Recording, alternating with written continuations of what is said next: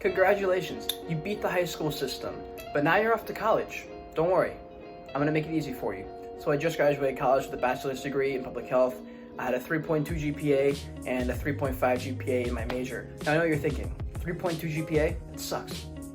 Actually, in college, that's not bad. Which leads me to my first tip. 1D is not equivalent to 1A. If you're in a class where you're not gonna do so hot, I would go ahead and drop it. Obviously, first, you're gonna wanna talk to your teacher, and if you think there's a way to salvage the grade and to make something out of it, then keep it on. But if they don't think there's much of a chance, they're probably right. Tip number 2, don't buy your textbooks at the bookstore. I promise you, there is a cheaper option. Go online, go to check.com, just type in the textbook name on Google. You'll probably find a PDF or a used textbook for sometimes like a sixth of the price that you get at the bookstore. So my third tip is gonna be utilize your online sources, okay? There are a lot of lazy teachers out there. There's also a lot of great teachers, but more often than not, you're gonna get recycled material from a teacher who's been teaching for 25 years. And chances are if you type in the first couple of questions on a worksheet, you're gonna find it on Quizlet or Course Hero or Chegg. So unless you're learning a skill that you'll actually need later on in life, I would definitely say go ahead and utilize your options. So if you made it this far into the video and you're liking it and you've learned something, please give me a thumbs up. It really, really helps the channel, and please comment anything you want to see in the future. All right, so this next tip is gonna make you the most popular kid in class and everyone's gonna love you. If your teacher sends you a study guide for the test, fill that out the first day. The first day, fill it out. One, you're gonna learn everything, and by the time you finish, you'll be a master on it. Also, you can fill it out and make a PDF of it and sell it. Sell it for $5, $10, $15, whatever you think, and email your whole class. Half the class is probably gonna buy it from you. So my next tip is something I utilized throughout my last 3 years of college once I figured it out. So here's what you're gonna do. You're gonna walk into class the first day.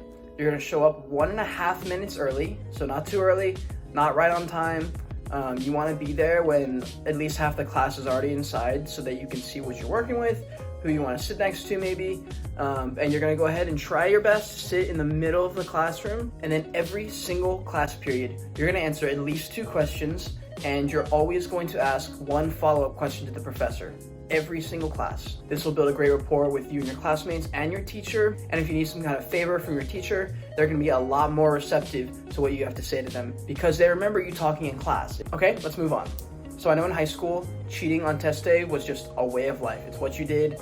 It's what everyone did. I know, I get it. But in college, it's a different animal. The honor policy they have there is going to be very, very serious, okay? If you get caught cheating, you can pretty much kiss goodbye to your college. You're probably gonna get kicked out. So it is really, really just not worth it to cheat on a test. Okay, we're almost done. If you are in a flow, and when I say flow, that means you're in the library and you've been working on an essay, you're working on some homework, studying for a test, and you are in the flow state where you are just locked in. Use that momentum and finish whatever else you need to do, okay? It is hard sometimes to get into the flow. So if you get in it, don't waste that chance. Don't finish one thing and then just leave, okay? Get it all done, because later on, the next day, you might not get in the flow state, okay? And you're gonna wish you'd done it yesterday. All right, this is your final tip. Skip class to study for the test, or skip class to finish that project or essay. Unless there's something really important going on in that class, that project or essay or test is gonna take precedent over your class period, okay? Listen, in college, you're gonna take some L's, okay? It's inevitable, okay?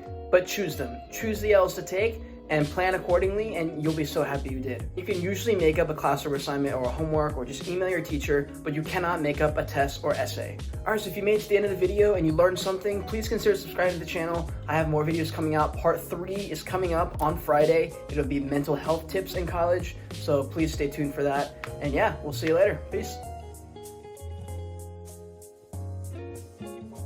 Bonus tip.